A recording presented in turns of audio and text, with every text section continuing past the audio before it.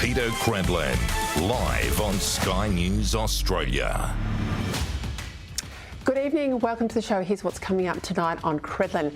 The hate preacher from Sydney southwest who gave a sermon riddled with anti-Semitism, even going as far as to talk about killing Jews, has now been unmasked as an Islamic State backer, having preached extremist ideology for about a decade. I'll speak to the journalist who broke this story for more on the program this evening. I've been saying it now all along, but it's official today. Labor will be coming after farmers next as part of their net zero agenda. News this morning that there'll be a push for the agricultural sector to deliver a more ambitious climate agenda. Food's going up, not just your power. Plus, speaking of the climate agenda, the PM has touched down in the Cook Islands for the Pacific Island Forum, where he's chasing votes to hold a big UN talkfest in Australia. And today, it's not been good if you're with Optus. Systems down, impacting some 10 million customers. Business, transport networks, of course, hospitals too. A year or so ago, the telcos suffered a cyber attack. So now there are serious questions about how the company is being managed. For a lot of people who are trying to get on with their day and their businesses, this is absolutely vital that they get back to normality. So again, I would urge Optus to utilise every channel available. The government can't simply say it's not about us. The government needs to assist Optus, it needs to get on the front foot, and it needs to help bring this to an end. But first, another day, another prime ministerial overseas trip, this time to the Pacific Islands Forum at Rarotonga in the Cook Islands. Now, I accept that PMs have to travel because Australia's voice should be heard in the world's main forums, and only the Prime Minister can do that. And the one thing that can't change is Australia's geography. So it will always take longer for our Prime Minister to get to all the important meetings than a PM in perhaps, say, the Northern Hemisphere. But frankly, the China trip over the last few days was an indulgence, more about Anthony Albanese paying homage to Gough Whitlam than Australia's national interest. He didn't need to go for us to do $200 billion worth of trade with China. That happens because Beijing needs our resources, not because China likes us or Anthony Albanese. And any trade gains from boycotts dropped, well, they'll be reversed as soon as Beijing next wants to punish us, which could be any time, given our continuing and essential strategic partnership with the United States. If anything, Albanese's China trip just sent confusing signals to the Americans. We might be putting short-term economic gain ahead of long-term national security, and to Australian business that China might again be a secure market, when we must have learned by now that the communist regime treats trade as politics by another means, to be turned on and off like a tap. Even though the new Kiwi PM is not going to the Pacific Islands Forum, where the PM is tonight, this really is one of the events that Australia should attend. Indeed, it's the one international gathering where Australia is the undisputed superpower. And it matters more now than ever before in the struggle with China for influence and authority in our backyard. But consider the optics. We're at the Pacific Islander Forum to plead with our neighbours not to get seduced by China, not to take their billions in debt-trap diplomacy, not to be suckered in by their power and their promises. Yet isn't that just what we've done as our PM toured Beijing? Rather than lobby against China, though, what Albanese wants to do with this Pacific visit is get their votes to ensure that he gets to host the next big UN climate conference here in Australia. Now, I kid you not, that's his main objective. So my issue with all this prime ministerial travel is less that it's excessive, but that more that it seems to substitute for hard work behind the desk by the PM and his government, and that these trips are sometimes linked to governmental objectives which are damaging our long-term well-being as a nation. Under Labor, we're already wrecking our energy security in the name of reducing emissions, supposedly to save the planet. We're already jeopardising our export income, $200 billion plus, of which comes from selling gas and coal to countries that don't have our emissions obsession. To save the planet, we're starting to put extra burdens and restrictions on our agricultural sector too, which is our next most important way to pay our way in the world and have money in our budget to fund Medicare, pay for schools, build hospitals, the NDIS and more.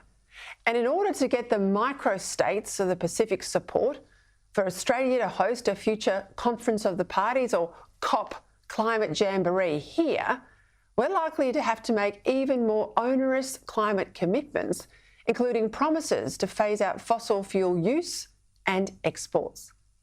In other words, more economic self-harm in pursuit of dubious environmental benefits, given that China and India have not the slightest intention of putting emissions reduction ahead of economic development. Now, already, this is a government that seems to prefer symbolism to substance. And to get the symbolism it wants, it doesn't seem to care what collateral damage it does. My fear is that the PM is looking for another signature project now that the Voice has failed, hence his push to host a meeting of COP. And in chasing this new vanity project, he could make all the wrong concessions in order to get it. He needed the people's vote, didn't he, to secure the voice and the good sense of the Australian public. They didn't give it to him. Unfortunately, this time round, he doesn't need a vote in order to get a COP meeting. Only an election can stop the economic damage a bad government can do, and unfortunately, the next one is still 18 months away.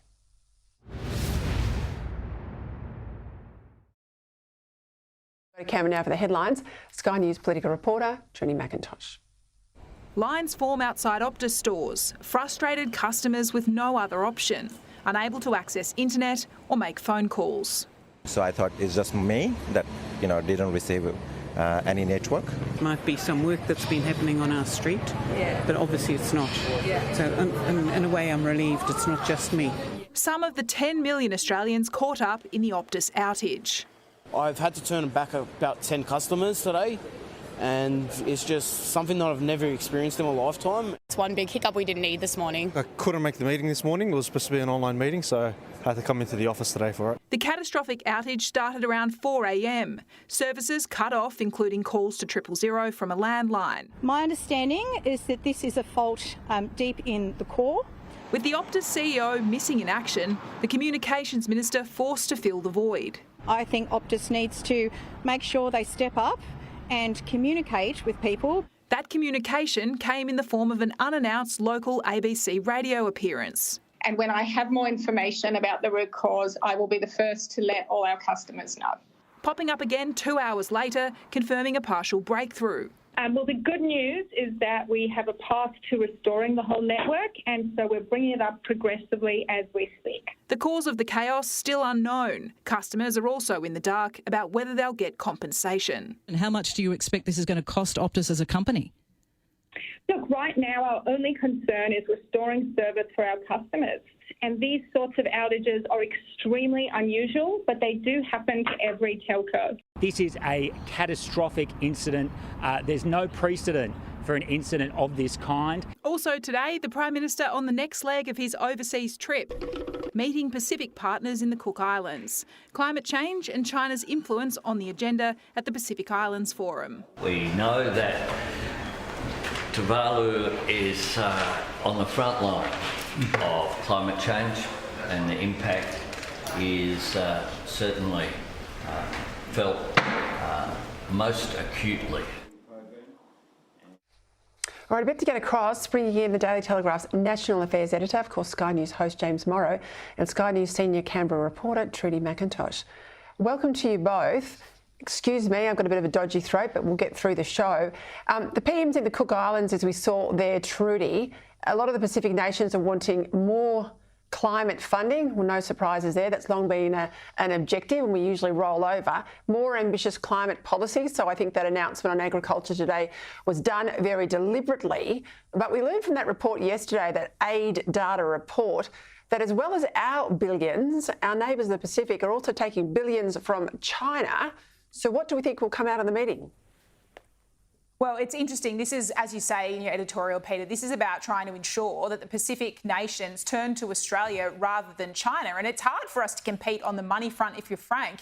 China's just able to throw more money at this, and they hope that that means that countries are more willing to look towards them. Interesting to see who's not going to this Pacific Islands Forum. As you say, the New Zealand Prime Minister is at home. He's dealing with coalition negotiations, so he's not going to be there. Also, the head of the Solomon Islands, the Prime Minister there, Sogavare, he's the concern in terms of links with China, and he's also deciding not to attend this. So there was potential off-ramp if the PM didn't want to go. But as you say, it is important that he's there. This is our most important region, our near neighbours. But as for the travel, it doesn't stop. He's coming home for a few days, and then he's going to APEC in San Francisco. I'll be on the plane this time next week with him, Peter, heading to be there for that crucial APEC meeting too. Goodness me. I mean, James, this is a two-part question to you. This is really starting to bite politically. It's coming up unprompted in polling groups, I'm told. I hear people as I get around the city talking about it, again, unprompted. But also, I reckon it's a bit rich for him to turn up in the Pacific and say to all of them, you know, you've got to be careful about China. Don't get seduced by their money or their power. He's just come from China. He looks pretty seduced by both trade dollars, and comments like this from the Chinese Premier. Have a listen. I see on social media of China that there are many sharing of short videos about your trip to China, including the video of you running along the Huangpu River with a yellow jersey. People were saying that we have a handsome boy coming from Australia. I mean, handsome boy, seriously, this is all done deliberately. Come in spinner, he falls for it. Well, Peter, you know what, I'll tell you what, I hadn't actually watched that clip. I'd read it, but I hadn't actually watched it until you played it here. I tell you what, Anthony Albanese, Peter, strikes me as a very cheap date here because he has fallen for the oldest trick in the book, this sort of flattery, you know, and we don't know all the different ways in which China is going to take advantage of this because it feels very much like Albanese is much more interested, and I think this has always been a Labour issue when it comes to foreign policy. They see it solely through the prism of domestic politics and domestic headlines. So he thinks he's gotten some wins on wine and lobster. He had Don Farrell holding crustaceans up in Shanghai the other day. Great. But, you know, what is this actually going to wind up meaning for Australia, for our security, for our economy? And I really just worry that they're laughing at the PM in Beijing now. Oh, exactly right. And any time there's going to be a skirmish in the future, they'll just take the lobsters or any other trade red wine off the table until such time as we kowtow and they put it back on again. This is the way it's been the pattern in recent years, particularly under Xi. Let's go to that issue, if we can, in New South Wales, Trudy. The planned blockade of an Israeli transport ship at Port Botany this Saturday. The Premier, Chris Minns, he's been pretty forceful. He says you can't stop trade. This, of course, is in the backdrop of those Opera House protests that went so badly in Sydney, I think badly for the government as well. There are laws now in relation to protesters blocking roads and ports. 2 years in prison, they say, fines of up to $22,000. Given we've barely seen an arrest in New South Wales over anti-Semitism, what do you think is likely to happen on the weekend? Well, the police certainly have plenty of notice for this one, don't they? It's not until Saturday and it's been widely telegraphed now. So the police have time to prepare for this. So you can't imagine we're actually going to see a disruption at the Port of Botany on Saturday. But it's just another problem ahead of Christmas. Think about there's already potential for union strikes at the port, which we always see year after year in terms of just delaying supply chains getting into the country. So look, I don't think it's actually going to disrupt them given how much notice they've given, but it seems like one of those things that just keeps popping up right across the country, these sort of protests. What do you think, James? I mean, they can't do anything much, it seems, about pro-Palestinian anti-Semitic activism, but they look like they're ready to weigh in the ports. I mean, I think they should weigh in on the ports, but I also think they've got to tackle the other stuff too. Well, I mean, Peter, this is a real sort of, you know, very Australian phenomenon, isn't it? Where it's only when you can figure out some way to put an economic figure, a dollar figure on it, can you get any action from anybody on anything. So everything is seen through that prism. But I'll tell you what, Chris Minns, I think, and particularly his police, have been really disappointing on this up until now. This morning I saw a young man riding an e-scooter in New South Wales being harassed by police because e-scooters are illegal here. And I said, to myself, if that guy was holding a Palestinian flag, they would have let him do whatever he wanted and go wherever he wanted, because that's the precedent that got set with those protests at the Opera House, which the police have now said, oh, we wouldn't have done anything differently, we couldn't stop them. And it just feels like there's a real rule of law problem here when you have people right after a terrorist attack celebrating a Hamas massacre. That's what they were doing. Israel hadn't done anything in response yet, so we have to be very clear about that again. This is what we're talking about here, and I think the Minns government really needs to think about what it's going to do, not just about this ship, which is great, but also, stopping this sort of thing in the future and saying, no, the police determine who marches and when, and if you're a bunch of thugs who want to celebrate Hamas and light off flares at the Opera House, well, you know what? The police are going to put their bodies on the line and stop you. Trudy, I'm going to talk to a tech expert in a moment about this whole Optus breakdown today. But I was thinking of Michelle Rowland. I mean, it is unusual that the minister was forced out today to fill the vacuum, given there was a complete absence of leadership from Optus. She, I think, acquitted herself well, Michelle Rowland. And I remember when I spoke to her not so long ago that she intimated that misinformation, disinformation bill is likely to be moved on in the Parliament, hopefully, she says, before Christmas. Now, I'm not saying it'll be passed, but do you have an update? We've only got 2 sitting weeks left before the end of the year. Oh, there's no way. How can that pass before the end of the year in terms of getting through the Senate? The opposition. No, I'm not saying pass. I'm saying being moved on. Oh, introduced. Yeah, I imagine it'll be introduced if she said she's going to do it. But yeah, it's going to be controversial, Peter. I know the opposition have big problems with this. It gets kicked into a Senate committee. There's certainly a lot in her portfolio in terms of big action she's promised before the end of the year. There's a big one when it comes to things that affects Foxtel in particular. They're worried about, I've forgotten the word, prominence legislation. So she's addressing the press club, I think, later this month and going to be announcing a few of the big policies still to come in her area before Christmas. All right, terrific. Thank you for all of that, Trudy and James. All right, let's go to the big story of today. About 4 o'clock this morning, Optus services went down, mobile and internet across Australia. 10 million Australians impacted. 400,000 of them were businesses and, of course, Melbourne's entire metro rail network. From around 1 o'clock today, this afternoon, services started to return. Less than an hour ago, Optus have announced that all services have been restored. They say there's no indication at this time that a cyber attack is to blame. The Labor Minister, Michelle Rowland, who I said has, I think, handled things very well today, said that her understanding is that this is a deep fault or a fault deep in the core, which basically encompasses everything from routing to electronics. What does it actually mean? Joining me, someone who knows, Stephen Fennick, the editor of The Tech Guide, who joins us now. Help us understand, how did this happen, Stephen? We've seen the impact. I mean, it's shut down everything right down to retail. My husband, who loves to carry cash, he's been proven right today. He's been like a pig in mud. But how did this happen? Do we really know that cyber was not the cause?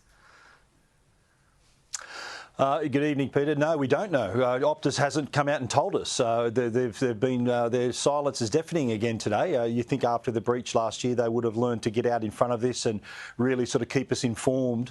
But the fact that it was referred to as a deep fault within the network, I think that's their way of saying that it wasn't a cyber attack, that it was an internal issue. No, they haven't told us what it is. I'm hearing from various sources that it could have been a routing issue, could have been a power outage at a particular part of the network, might have been a software update gone wrong. They're not telling us what it is. So until they do, there's all this speculation that's going to fill that void. So it has affected, as you said, so many people, and not just people who are wanting to look at YouTube today.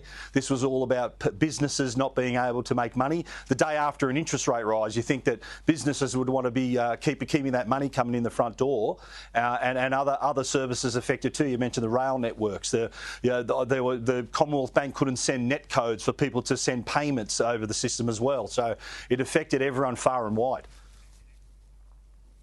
And also, too, people with landlines, Optus landlines, could not call 000, could they? That's right. No, because the landlines are now supplied through the NBN and Optus resell that service, so they weren't able to ring 000 from the landline, but they were able to ring through their mobile device because they do have what they call a camping situation where other networks are available to you if you do need to ring 000 in an emergency. But it's still inconvenient for anyone. The fact you couldn't make a call that you just take for granted of making or connecting to the internet. You remember a lot of people now working from home, working on the move, they were unable to do their jobs today. So that's just everyone affected. They're feeling how connected we are, and when that connection's missing, just what a massive impact it has on our society. Look, I might digress on this point though. When I was the Chief of Staff to the Communications Minister in the Howard government, I asked that question about landlines when we moved to the NBN, and I was always told that you would still be able to call 000.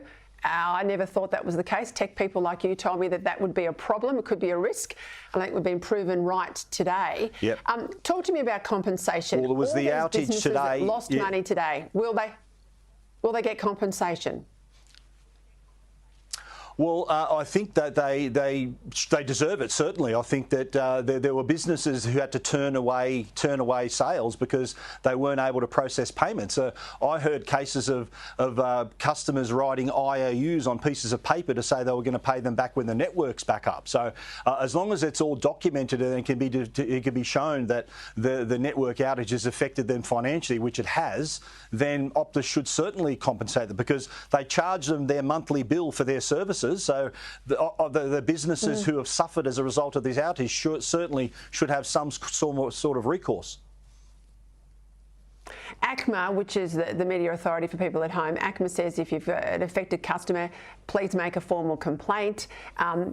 I've got to say, you made the point at the top, we haven't really heard from Optus management. The CEO, like she did last year, has basically got her head under a doona. Surely questions have got to be asked about the CEO and management across the board. I mean, this is a massive reputational hit. There'll be customer churn out of this, surely. Yeah. Absolutely, yeah. I heard stories of people lining up outside other telcos to change to another network. I even received a press release from Vodafone illustrating the fact how easy it is to switch to Vodafone just by activating the eSIM inside your phone. You don't even need the actual plastic SIM card. So this is really going to impact Optus. The fact that they didn't come out in front of this and really inform their customers, keep us updated, that's going to have a massive impact. I think I heard from more people today who were talking about leaving Optus than I did actually during the data breach, because the data breach, while it was shocking, it didn't cost people a lot of money at the end of the day. It just caused concern. Whereas today we're seeing that businesses have lost tens of thousands, if not millions of dollars across the country, and there's something, there has to be some sort of compensation or something has to be said about it. There needs to be sort of a procedure in place where if something like this happens, you need to get out in front of it, talk about it. Telstra have had outages in the past, and within 90 minutes they were out there talking about what the issue is, what the issue actually was, so the actual fault that they found, and then compensated their customers with data-free days and things like that. So this isn't the first time this has happened, but it could have been handled a lot better. And the CEO's got to go, though. I mean, that's the point. The CEO's got to go. Well, I don't know how many strikes you get, but this is the second time. You'd think after the breach, the Crisis Management 101, they could have written a book about that from the last occasion.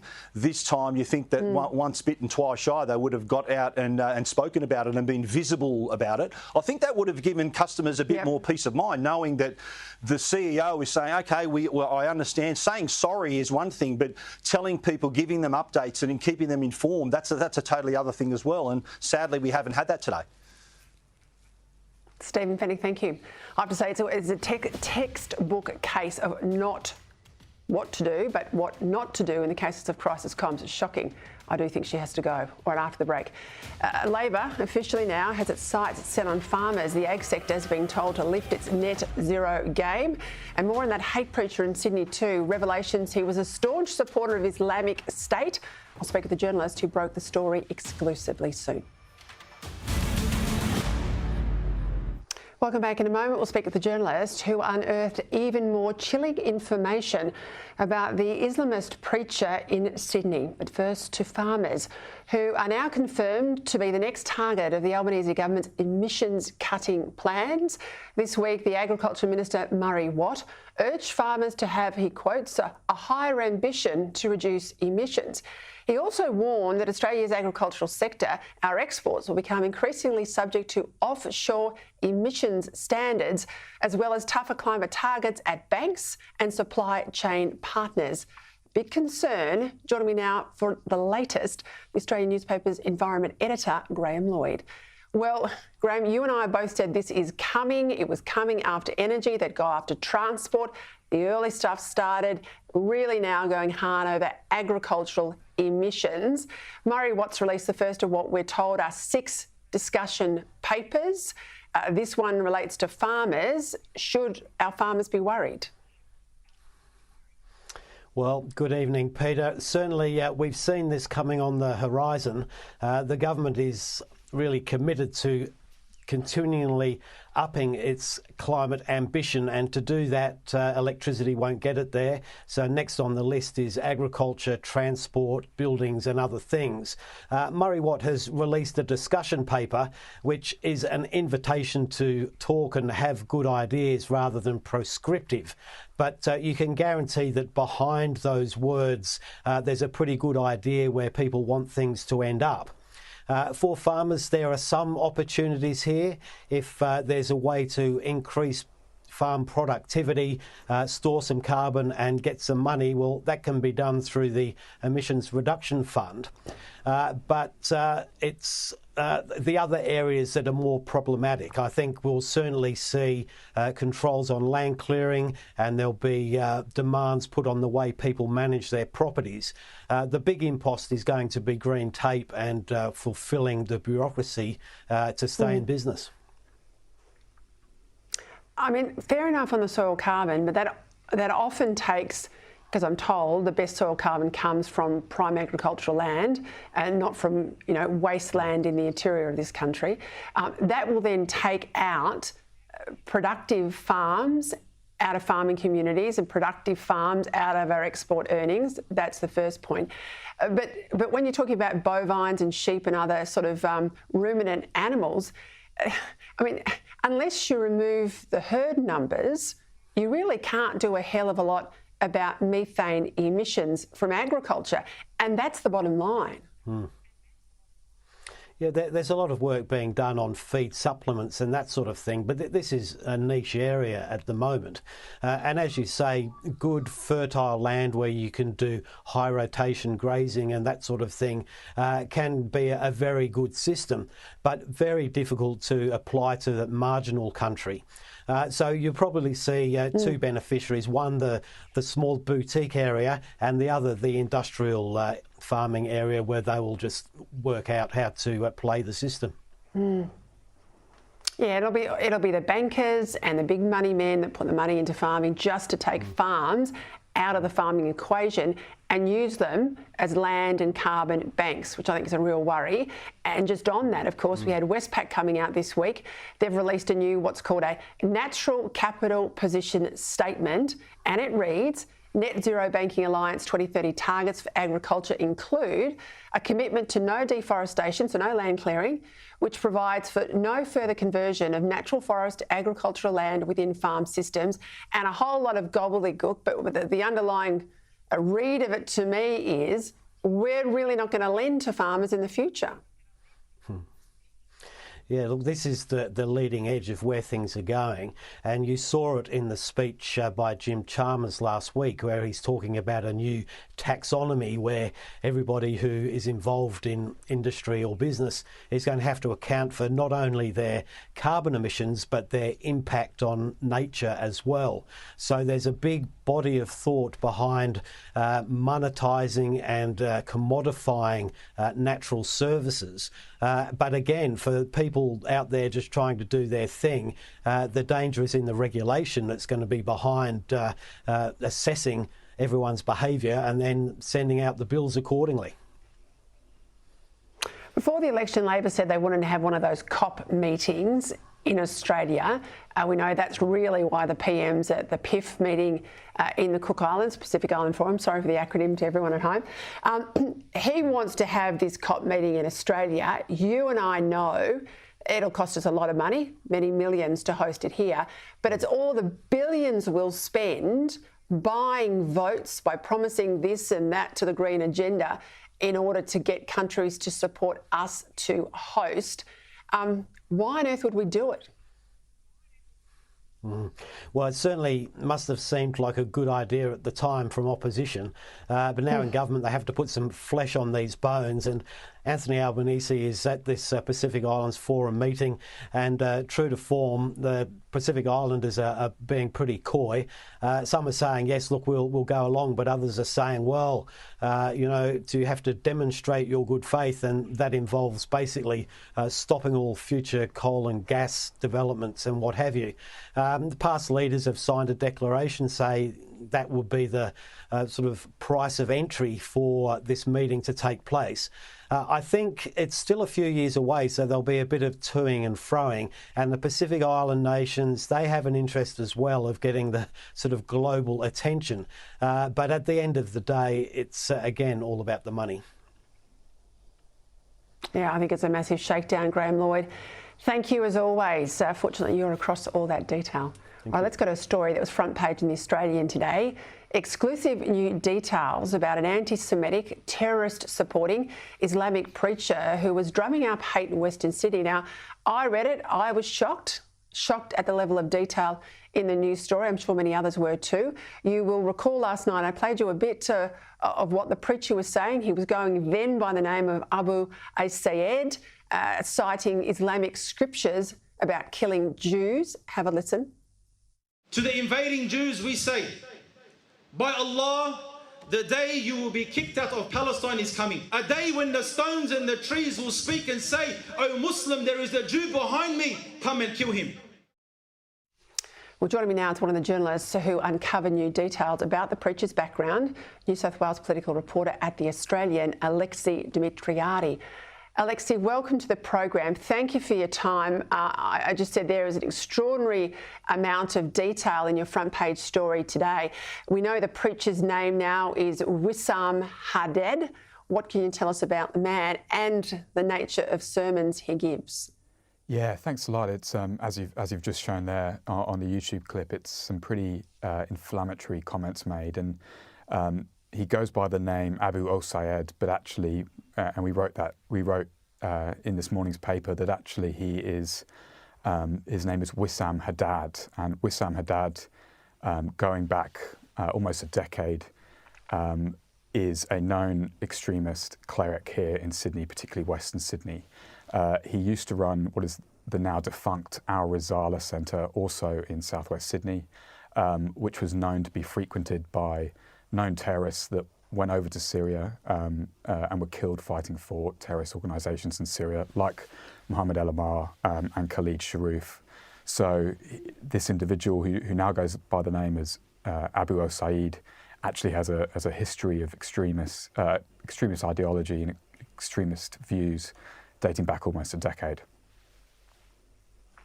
Well, in my previous life working for the PM, I'm absolutely across the Sharif issue. Pretty horrific, I have to say, and there's not much I can say on air. If he has that sort of connection, I think he's a great concern. How big is his audience? Because I know it's not just Friday prayers and other sort of face-to-face meetings where this bile is vented. Of course, there's a significant online presence for many of these clerics now.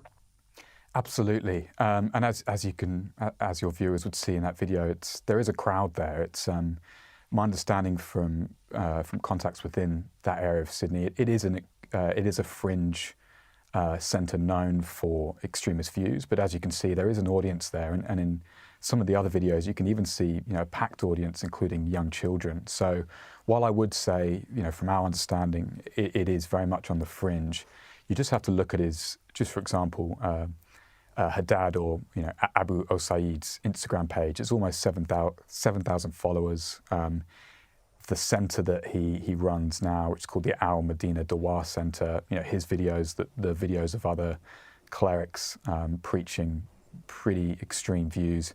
They're consistently put up on the YouTube channel, have been for almost 2 years, and even though it is very much on the fringe side of the scale, 7,000 followers on Instagram is still a pretty significant number, and you can just see it in those videos where it is a pretty packed crowd, listening to his sermons, again, as you put up now. Alexia, are you aware the police are doing anything here? I mean, I'm assuming ASIO and intelligence services are getting involved. They may not tell us they are, but what about the police? Yeah, so when we broke the first story on Sunday of Brother Ishmael's sermon, police confirmed to us for that sermon on Sunday that they had commenced an investigation. Subsequently, when Abu Osaid's sermons and comments, across multiple videos and sermons, we've asked the police again today, and they've said they are investigating these sermons, these comments, these individuals, and that they can't provide, given the nature of an ongoing investigation, they can't provide too many details. But we are aware, and we have got that confirmed, that NSW police are investigating these comments, these views. Alex, just before we go, are you aware of the citizenship status of either Brother Ishmael or Abu Sayed? Because comments made by Ishmael over the weekend said, if you don't like this Australia, you deport me. That leads me to think maybe he's a dual national. What about Abu Sayed? Abu Sayed, they both actually put a video up yesterday. It was 45 minutes long. Almost, they called it the response to the media coverage. To everything that we were writing about, our colleagues here in Sydney were writing about. Even though Brother Ishmael particularly said, I don't care if ASIO don't like my comments, they can deport me. He does say, Brother Ishmael, he does say that he is an Australian citizen. He says he likes Australia. Our report today about Abu Osaid noted that born in Australia to 2 Lebanese parents, and if you remember, I can't remember the exact date, but he called up a radio station here many years ago, 2016, and said he would love it if the government deported him, if they let him leave. But as we've shown this week, he's still here, even under a different name, doing these sermons. So I'm not entirely sure if he has dual citizenship, but he's certainly a citizen of Australia. Alexia Dimitriada, thank you for your coverage. This stuff has got to be seen and heard by all Australians. They've got to have sunlight in this area. Thank you for your time tonight. All right, after the break, meritocracy officially now dead. Well, that's the concern. 2 more examples of bureaucrats, particularly in Queensland, abandoning the principle of hiring the best person for the job. Plus, the so-called pro-Palestine protesters now co-opting the tactics of the left, of Extinction Rebellion and more. We'll talk about that shortly. All right, Kel Richards coming up, but first to Queensland, where the State Public Service is introducing what's called cultural safety as a new directive that abolishes merit-based appointments. Instead, departmental and agency heads will have been told to, quote, ensure that recruitment processes are conducted in a culturally safe way. Now, in other words, bad references or a history of disciplinary action, such as being fired from your old job, will now be handled differently on cultural grounds, with special mention made in reports of Indigenous applicants. Remember, these are jobs you're paying for. These are taxpayer-funded jobs in the public service. To discuss this now, I'm joined by LNP Senator for Queensland, James McGrath, and a Senior Fellow at the Institute of Public Affairs, John Roscombe. Gents, welcome. Well, James, as I said, you're a Queensland Senator. What's your reaction to this? Oh, my reaction is the same as the taxpayers of Queensland. The taxpayers of Queensland want a public service that is appointed on merit. They want to ensure that their doctors and their nurses and their ambos and their fireys are people appointed on merit, not because someone is ticking a box in a high-rise somewhere. This just shows that Labor in Queensland don't have the right priorities for Queensland, and it's selling the taxpayers short, but it's also selling all of Queensland short.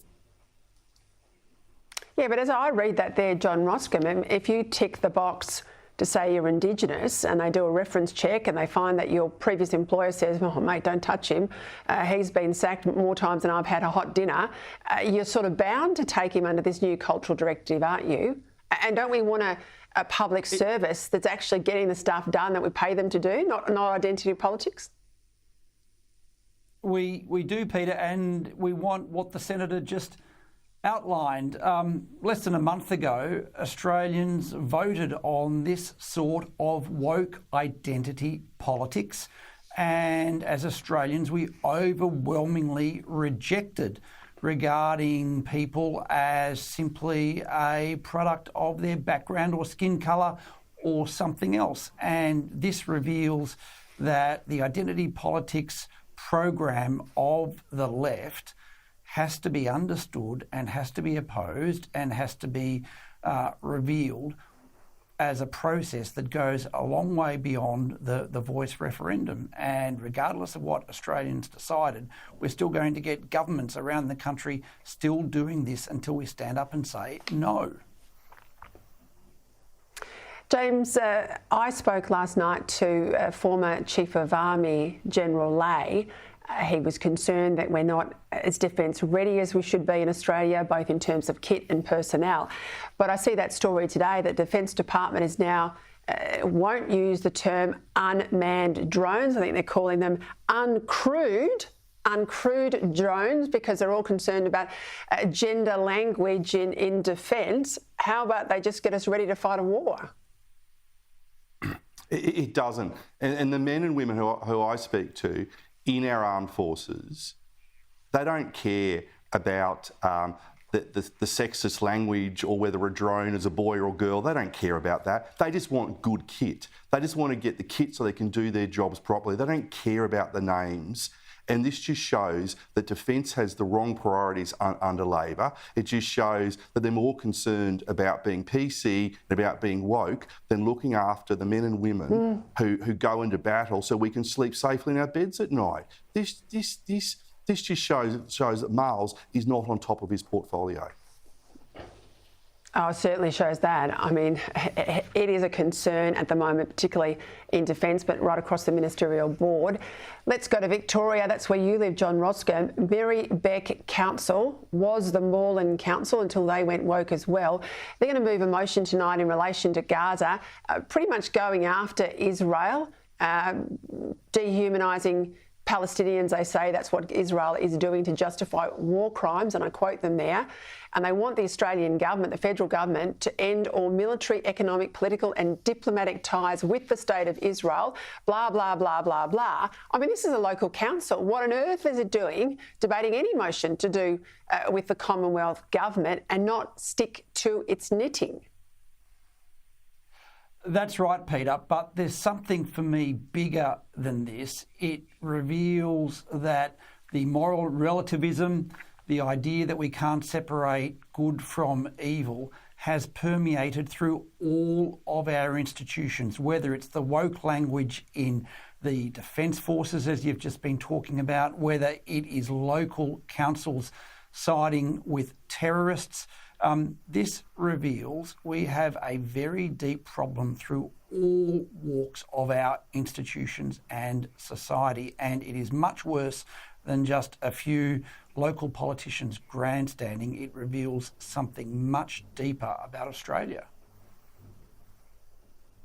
James, they used to call Rudd Kevin 747 because he loved the pointy end of the plane. He had to be overseas in every sort of international dogfight. He's now been bested by the current Prime Minister, who at the moment, as I said, is in the Cook Islands. He'll come home and then he's off to San Francisco. 2 weeks of Parliament left. Australians absolutely doing it tough. A whole lot of really significant domestic issues on his desk. Only he's not sitting at his desk long enough to sort any of them out. I made the point before, pollsters are saying this is really turning up now, unprompted, in the focus groups. What's your sense of it?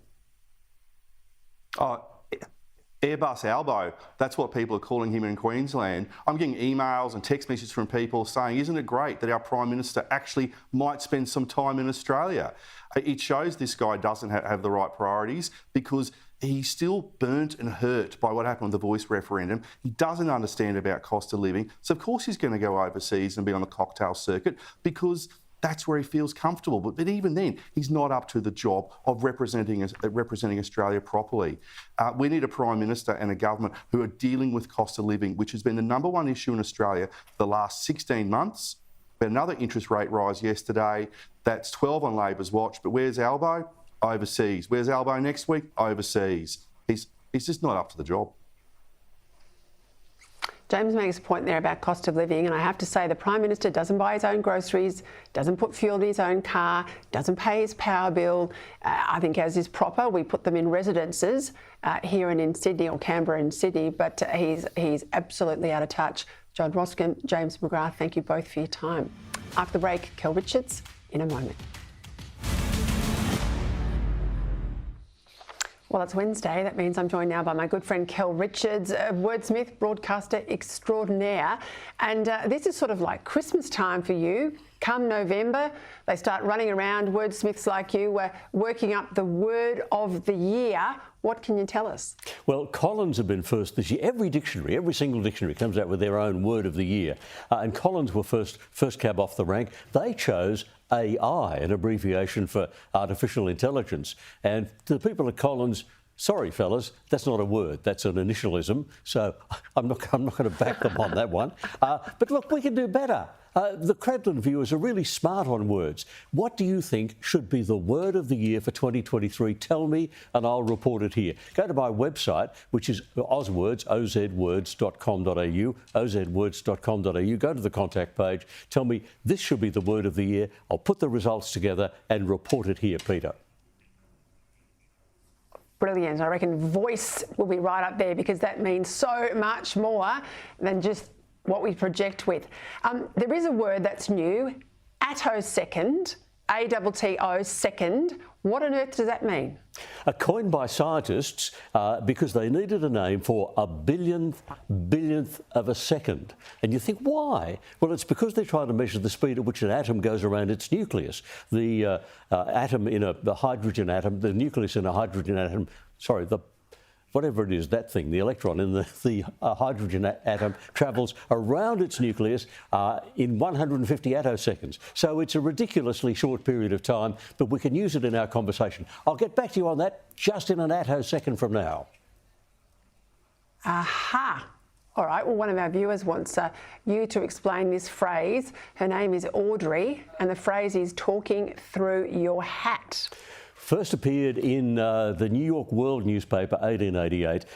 I'm sorry, Audrey, but we're not certain. The best guess the experts have is if someone held a hat in front of their face and their voice was muffled, they would sound like a drunk. They would have slurred, uncertain speech like a drunk, and talking through your hat is having really uncertain, rubbishy speech like a drunk. Now, that's the best idea they've got. They're not certain, but they think, Audrey, that that's the answer. Well, this one came up on Monday night. I caught up with Tony Abbott. He said, please ask Kel this phrase. It's a special request from me, so here it is.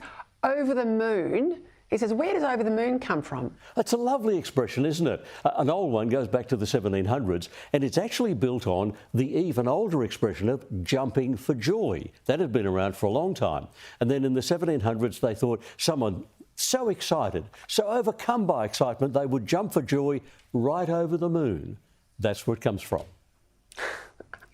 It's simple, but it's a great story, isn't it? Rosalind, it's a lovely feeling because when you do say you're over the moon, you're pretty bloody excited, and I think that's a good place to be at the moment with the world as it is. Rosalind, another one of our viewers, wants to know, where does the term money laundering come from? I'll tell you the myth, then I'll tell you the truth. The myth is it comes from Al Capone, who channeled all his earnings from bootlegging through laundromats. It's a lovely story, but that happened in the 20s and 30s, and the word's not actually recorded until 1961, so it'd be really nice if that story was true, Al Capone and all that colourful stuff. Sadly, it probably just means dirty, illegal money is regarded as dirty. You put it through a genuine business, it becomes clean money. So I'm sorry, the really pedestrian answer is the truth, and the lovely, colourful story about Al Capone is just a myth. I think I'm going to go with Al Capone. All right, ausword.com.au. Go there for our word of the year. Put your bid in to Kel, and we'll run with those next week. Thank you as always, Kel. Great to have your company. Thank you for your time tonight as well. Back tomorrow night at 6. Here's Andrew Bolt.